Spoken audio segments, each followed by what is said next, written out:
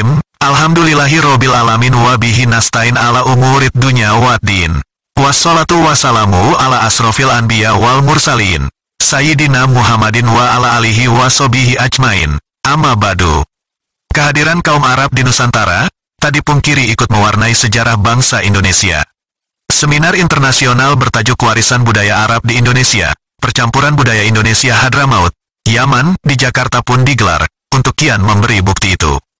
Dalam seminar yang lebih banyak menyoroti peran keturunan Arab di Indonesia, baik dari segi agama, budaya, ekonomi, dan politik ini Menteri Agama Said Agil Al-Munawar satu itu yang juga berdarah Arab menyebutkan, jumlah keturunan Arab di Indonesia tidak kurang 5 juta orang, sebagian besar dari Hadramaut. Pendapat senada dikemukakan Prof. L.W.C. van den Berg, orientalis dan pakar hukum Belanda, yang pada tahun 1884 sampai tahun 1886 pernah mengadakan penelitian mengenai orang Arab di Hadramaut dan di Indonesia. Menurut van den Berg, orang-orang Arab yang bermukim di Nusantara umumnya berasal dari Hadramaut. Hanya 1-2 di antara mereka yang datang dari Muscat di Teluk Parsi, Hijaz, Mesir atau Afrika Utara. Sebelum mengadakan penelitian, van den Berg menjabat sebagai penasehat pemerintah Hindia Belanda untuk bahasa Arab dan hukum Islam, tahun 1878 sampai tahun 1883. Saat itu ia juga menerjemahkan kitab fikih karangan An-Nawawi, Minhajut Thalibin, ke dalam bahasa Prancis, bahasa ilmiah yang lebih umum dipakai ketika itu ketimbang bahasa Inggris. Pada tahun 1884, penelitian mengenai orang Arab dilakukan di Batavia lewat wawancara, observasi, dan analisis surat yang dikirim dari dan ke Arab. Tahun berikutnya, ia mengadakan perjalanan ke berbagai tempat dan kota yang banyak dihuni komunitas Arab di Nusantara.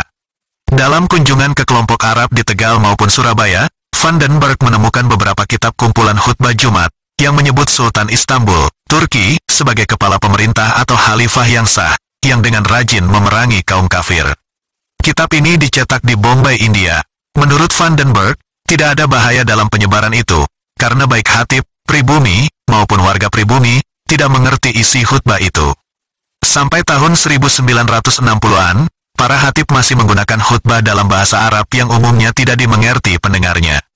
Mr. Hamid Al-Ghadiri, tokoh masyarakat Arab, memuji sikap van den Berg, yang dinilainya lebih objektif dan tidak Arabfobia seperti Snoek Hurgronje. Menurutnya, van den Berg sebagai orang yang membela asimilasi keturunan Arab dengan pribumi, yang justru ditentang keras Hurgronje. Hurgronje dalam upaya pemisahannya menempatkan orang-orang Arab dalam kampung khusus. Van den Berg juga berbeda pendapat dengan orang Belanda pada umumnya saat itu, yang menganggap orang Arab juga merupakan bahaya laten, sehingga harus pula diawasi dengan ketat. Pendapat ini dibantah van den Berg. Memang orang Arab sering taat dalam melaksanakan agamanya, tetapi tidak mengajarkan agama secara paksa dan fanatik. Di Batavia, karena semakin banyak pendatang Hadramaut, pada tahun 1844 pemerintah Belanda mengharuskan adanya kepala koloni, yang ketika itu dinamai kapiten atau kapten Arab. Kapiten Arab di Indonesia, dulu Hindia Belanda, merupakan pejabat kolonial dari golongan timur asing. Tugas kapiten Arab menjadi pengawas sekaligus pendorong golongan Hadramaut, untuk melaksanakan kebijakan kolonial Belanda. Sebagian pribumi menyebutnya dengan istilah mandor Arab. Kedudukan mereka lebih tinggi dari pribumi, sebab Belanda segan dan hormat kepada kapiten Arab. Kapiten Arab adalah golongan komunitas asing dari Hadramaut. Pemerintah kolonial Belanda mengangkat mereka menjadi seorang mandor. Tugasnya memeriksa dan menjaga hubungan sosial masyarakat pribumi dengan komunitas Arab agar selalu baik. Selain itu, pemerintah kolonial juga mengangkat kapiten Arab untuk menjaga hubungan mereka tetap baik dengan orang-orang Eropa. Dalam berbagai catatan sejarah kolonial, kapiten Arab yang paling eksis dan terkenal disegani oleh Belanda berasal dari beberapa daerah di Jawa. Antara lain kapiten Arab di Batavia, Tegal, Pekalongan, Semarang, hingga ke Madura, dan Jawa Timur. Munculnya kapiten Arab tak terlepas dari kedatangan orang-orang Hadramaut yang berangkat dari Gujarat ke Nusantara, sejak abad ke-13 Masehi. Sebagian sejarawan berpendapat, kedatangan mereka seiring dengan menyebar luasnya pengaruh Islam di tanah Jawa. Sebelumnya bangsa Tionghoa terlebih dahulu mendiami wilayah Hindia Belanda, jauh sebelum bangsa Eropa dan bangsa Arab datang. Pada masa pemerintahan kolonial Hindia Belanda, bangsa-bangsa asing seperti Arab, memiliki kepentingan khusus dengan pemerintah kolonial. Oleh sebab itu, orang Belanda butuh perwakilan Arab yang fasih dan paham akan tujuan dari kepentingan mereka.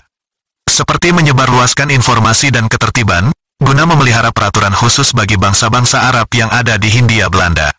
Maka dari itu, pemerintah kolonial memisahkan sebagian orang Arab yang dianggap loyal dengan pemerintah saat itu.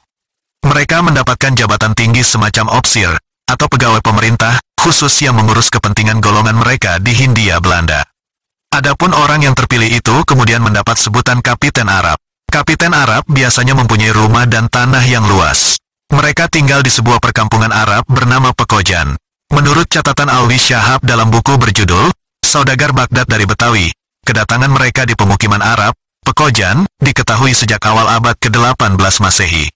Tepatnya pada tahun 1844, hal ini tercermin dari lahirnya Kapiten Arab di berbagai pekojan yang ada di Jawa. Bahkan catatan Belanda menyebut, sebagian Kapiten Arab ada yang dihormati Belanda, antara lain di daerah Batavia, Jakarta, dan Pekalongan, Jawa Tengah. Berdasarkan 3 hukum konstitusi dalam kebijakan kolonial Hindia Belanda, terdapat 3 golongan ras yang dibedakan berdasarkan kelas sosial berikut. Kelas paling atas golongan Eropa, kelas 2 Timur Asing, Arab, Tionghoa, India, dan seterusnya, dan yang terakhir golongan inlanders, atau pribumi asli. Kebijakan ini yang mengakibatkan 3 golongan di atas ini berjauhan. Bahkan komunitas Arab di Hindia Belanda memisahkan diri dari lingkungan pribumi. Selain akibat 3 kelas sosial yang berlawanan, tujuan pemisahan bangsa Arab dengan pribumi di Hindia Belanda, juga karena pengawasan kolonial terhadap orang Islam dari Hadramaut. Pemerintah kolonial berupaya memeriksa seluruh jumlah imigran dari sana, supaya tidak mengakibatkan kekacauan dan mempengaruhi pribumi memberontak. Namun Belanda memperhalus tujuan tersebut, supaya tidak menyinggung komunitas Arab. Pemerintah kolonial mengaku memisahkan komunitas Arab dari penduduk asli, atau pribumi, agar budaya mereka tidak terganggu oleh adat dan tradisi pribumi, yang masih mengutamakan hal-hal yang mistik. Pemerintah kolonial juga memperhalus tujuan itu dengan cara mengangkat perwakilan komunitas Arab menjadi pegawai pemerintah, yakni Kapiten Arab. Kapiten Arab juga dipilih tidak sembarangan. Pemerintah kolonial cerdas memilih calon Kapiten Arab, dengan cara merekrut orang Arab yang bukan dari golongan Said, atau keturunan Nabi Muhammad. Menurut Belanda, apabila Kapiten Arab diangkat dari golongan Said, maka mereka akan mudah mengorganisir massa, agar melawan ketidakadilan yang mengakibatkan kekacauan dalam struktur birokrasi kolonial. Orang Belanda kerap menghormati mereka, karena takut golongan Arab mendominasi golongan Eropa. Kapiten Arab pertama yang ditunjuk oleh pemerintah Hindia Belanda di Batavia adalah Said Naum, selama periode tahun 1844 sampai tahun 1864.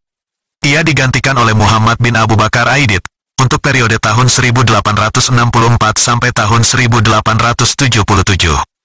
Di antara orang-orang Arab lain yang memiliki posisi di Batavia adalah Hasan Argobi, Muhammad Umar Babehir, dan Umar bin Yusuf Mangus, selama periode tahun 1902 sampai tahun 1931. Umar Mangus adalah seorang pedagang kaya dan memiliki bisnis properti. Sebagai jasanya menjabat posisi Kapiten Arab, Umar dianugerahi gelar kehormatan The Reader in the Orde van Oranje Nassau, atau Ksatria Ordo Orange Nassau. Dia dilantik pada tanggal 28 Desember tahun 1902, dengan Syekh Ali bin Abdullah bin Asir sebagai letnan Arabnya. Sebelum Umar Mangus diangkat sebagai Kapiten Arab, sebagian besar orang Arab telah memutuskan untuk memilih Syarif Abdullah bin Hussein Al-Aidrus, seorang pedagang kaya yang terkenal karena kemurahan hatinya, dan memiliki perilaku yang baik serta menonjol di antara orang-orang keturunan Arab dan Eropa. Banyak orang berpikir, bahwa dengan adanya hubungan dekat dengan orang Eropa, ia akan bersedia menerima posisi jabatan sebagai Kapiten Arab. Pemerintah kolonial terus mendesaknya untuk menerima posisi itu, tapi ia dengan tegas menolaknya. Dia tidak sendirian dalam keputusannya itu, karena penolakan ini mendapat dukungan dari para orang tua Arab terhormat. Menurut Snouk Hurgronje yang melakukan penelitian pada tahun 1901, pada masanya pemerintah kolonial Belanda mengalami lebih banyak kesulitan dalam menunjuk Kapiten Arab, karena ketika itu masyarakat Arab lebih banyak yang berstatus peranakan, atau mualat, yang kurang atau tidak memiliki otoritas dibandingkan dengan yang berdarah murni Hadramaut, atau Wulaiti. Kelompok yang akhir ini jumlahnya telah semakin berkurang. Di Cirebon, Kapiten Arab ditunjuk pada tahun 1845. Seperti di Batavia, kampung Arab di sini pernah menjadi tempat tinggal para Gujarati atau mungkin dari Bengali juga. Pada tahun 1872, daerah koloni Indramayu lepas dari administratif Cirebon, dan karenanya kemudian ditunjuk seorang Kapten Arab pula. Di Banjarmasin pada sekitar tahun 1899, Kapiten Arab yang ditunjuk adalah Said Hasan bin Idrus al-Habsyi, atau lebih dikenal sebagai Habib Ujung Murung. Penerus Said Hasan sebagai Kapten Arab di Kalimantan Selatan adalah Alwi bin Abdullah al-Habsyi, yang kemudian pindah ke Barabai. Demikian pula, di Tegal, Pekalongan, Semarang, Surabaya, Gresik, Pasuruan, Bangil, Lumajang, Besuki, Banyuwangi, Surakarta, Sumeneb, dan berbagai tempat di Nusantara, masing-masing memiliki Kapiten Arab. Salah satu alasan pemerintah kolonial melakukan ini adalah untuk memisahkan orang-orang Arab dari orang-orang pribumi. Di Pekalongan, salah satu Kapten Arab adalah Hasan Saleh Argubi. Di Bangil, beberapa orang yang pernah menjabat Kapiten Arab di antaranya, Saleh bin Muhammad bin Said Sabaja, tahun 1892, Muhammad bin Saleh Sabaja, tahun 1920, dan Muhammad bin Salim Nabhan, tahun 1930.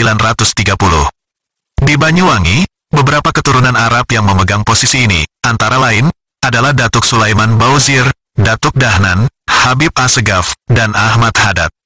Di Pasuruan, yang menjabat Kapten Arab adalah seorang Said bernama Alim Al-Qadri, yang merupakan kakek keponakan dari Hamid Al-Gadri. Di Gresik, Kapiten Arab pada tahun 1930 adalah Fahmi Hussein bin Muhammad Syahab. Sementara Kapiten Arab Surabaya adalah Salim bin Awab bin Sungkar, yang memiliki tanah yang luas, 86.500 meter persegi, atau 21,4 hektar, di pusat kota Surabaya, Ketabang Barat. Menurut dua wisatawan Bahai yang mengunjungi Makassar pada tahun 1885, seorang orang Iran yang bernama Sulaiman Hantunukabani, yang dikenal sebagai Jamal Effendi, dan rekannya seorang India Irak bernama Said Mustafa Rumi, Kapiten Arab di Makassar pada saat itu adalah Said Ali Matat. Di Palembang, sebagian besar Kapten Arab, menurut keterangan jika tidak semua, tinggal di Kecamatan 13 Ulu, atau seberang Ulu Sungai Musi.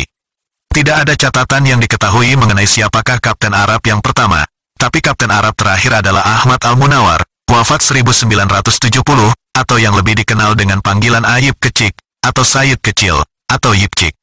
Pemerintah kolonial Belanda menghormati hampir seluruh kapiten Arab yang ada di daerah tersebut. Mereka seperti raja di tanah orang asing, sebab kasta orang Arab juga lebih tinggi daripada pribumi.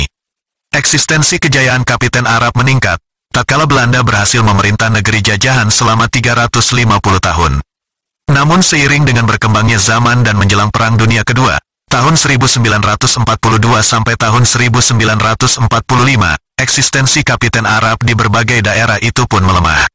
Selain karena Hindia Belanda mengalami kebangkrutan, melemahnya profesi sebagai kapiten Arab juga terjadi.